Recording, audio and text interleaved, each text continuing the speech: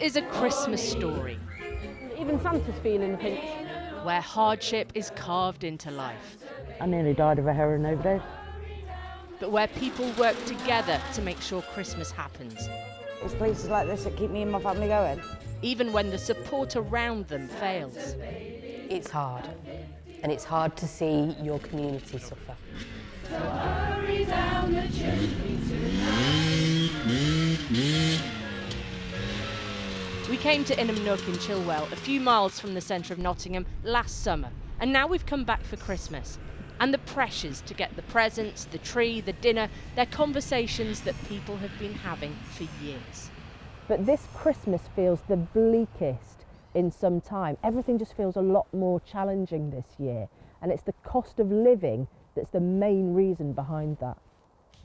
Do you like how I done that little thing?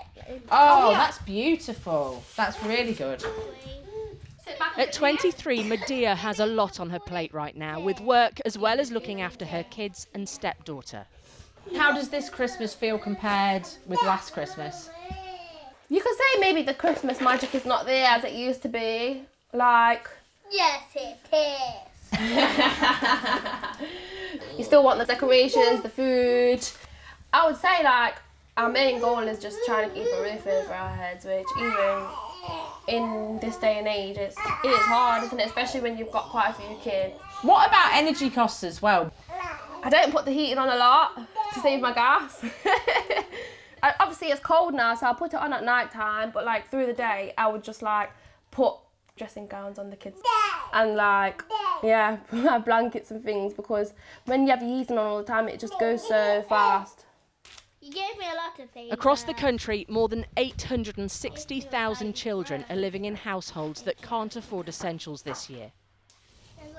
Much of this estate falls into the top 20% of most deprived areas of the country. And many here feel relational poverty is also a problem, a lack of meaningful connection. So a simple church hall is used to try to knit the community back together.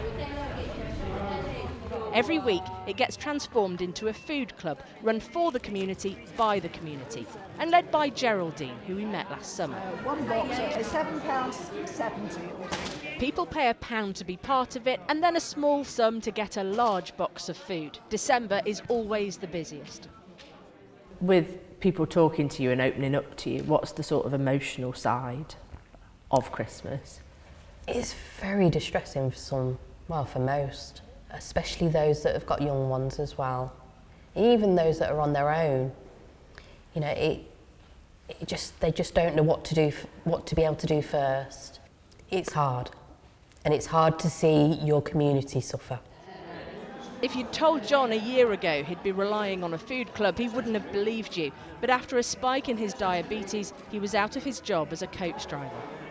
I've had to cash one of my pensions in. Now, I look at it, I've paid 33 years national insurance client. I've worked all my life since I was 15. I'm 60 now.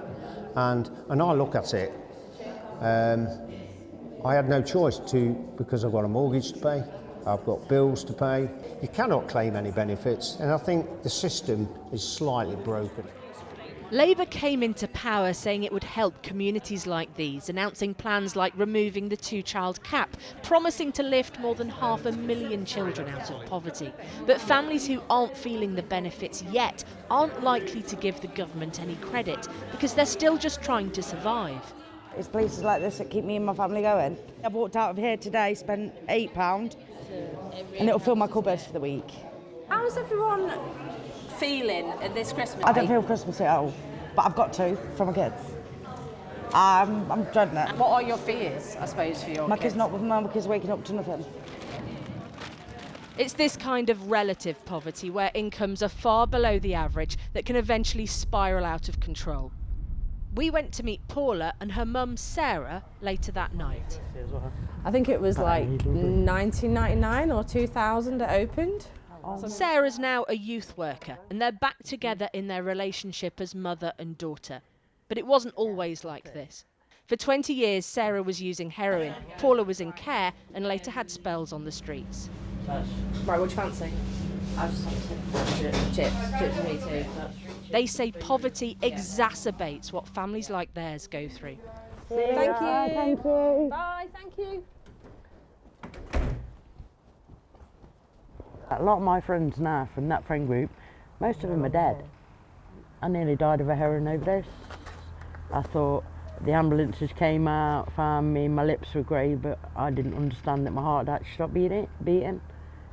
But then I got pregnant and something snapped, and I wanted better, and I wanted to help people, and I wanted to make a change. When you then reunited, what do you remember about that time? I can remember coming home from school, and I've just looked at her and I was like, what are you doing here? And Mum just looked at me and went, pick up your bag, you're coming back to live with me and your brother. I just melted. Your story, it's not desperate, it is one of hope. I don't want pity. I've still got so much I want to do. I'd have never been able to sit here and do this with you guys. Yeah. Never. And now look. I know. Yeah. Can't get wet there, do you?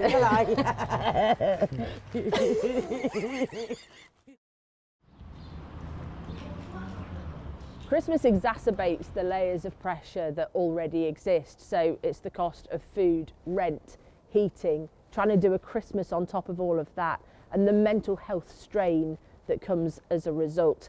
And for many, it just feels like the buffer's not there. What are you going to ask Santa for? A telly? What, just a telly? Oh, let's disagree with that one. Michelle and her family have come to Santa's Grotto in the nearby town. She runs a community cafe and food bank on the estate, and last time we met her, she felt Chillwell had been forgotten by those in charge. We've got so much busier since obviously we spoke to you in the summer, and we've had so many more families through the door, and the help that they need's got so much greater, it's unreal. And we all know at least 1, 2, 3 families that are saying, we're not having Christmas this year, we can't afford Christmas, we're not having a dinner. How does Santa show up in Chilwell? Well, in my house, Santa brings us a present that can be shared with everybody. So last year he brought us a board game, didn't he? I think so. And he brought you all some chocolate and stuff. Yeah. And then he put some little surprises under the tree, doesn't he? Because, you know, even Santa's feeling the pinch. It's not just people on benefits, it's not single parents, it's everybody. You know, whether you work, you don't work, whether you've got 2 incomes coming in or you've got 1, whether you've got 3 jobs or 4, it doesn't matter, there's just not enough money. Oh, you like those ones, don't you? The government says it's tackling the cost of living through things like wages and benefits. But people feel the problems are stuck in a loop, and there's still a sense of scarcity. I think anybody who thinks that the cost of living crisis has gone away are kidding themselves, and it hasn't. The pressures on rents aren't going away. The pressures on the housing market aren't going away. The cost of living crisis is still there. Food prices are rising. All of the energy bills are rising. It feels like there's not enough to go round. Yeah, I don't agree with that. So over the last, 5 or 6 years, you've seen the wealth of the billionaire class doubling in the last 5 or 6 years, whereas the wealth of ordinary working people hasn't. I think there is money to go around. Money causes more than just worry at Christmas. But here it's also a test of the Christmas spirit, to be each other's safety nets when structures fail. The ghosts of Christmas past are still very much present. 1, go! But it's communities like these up and down the country that are fending those off by their own sheer willpower.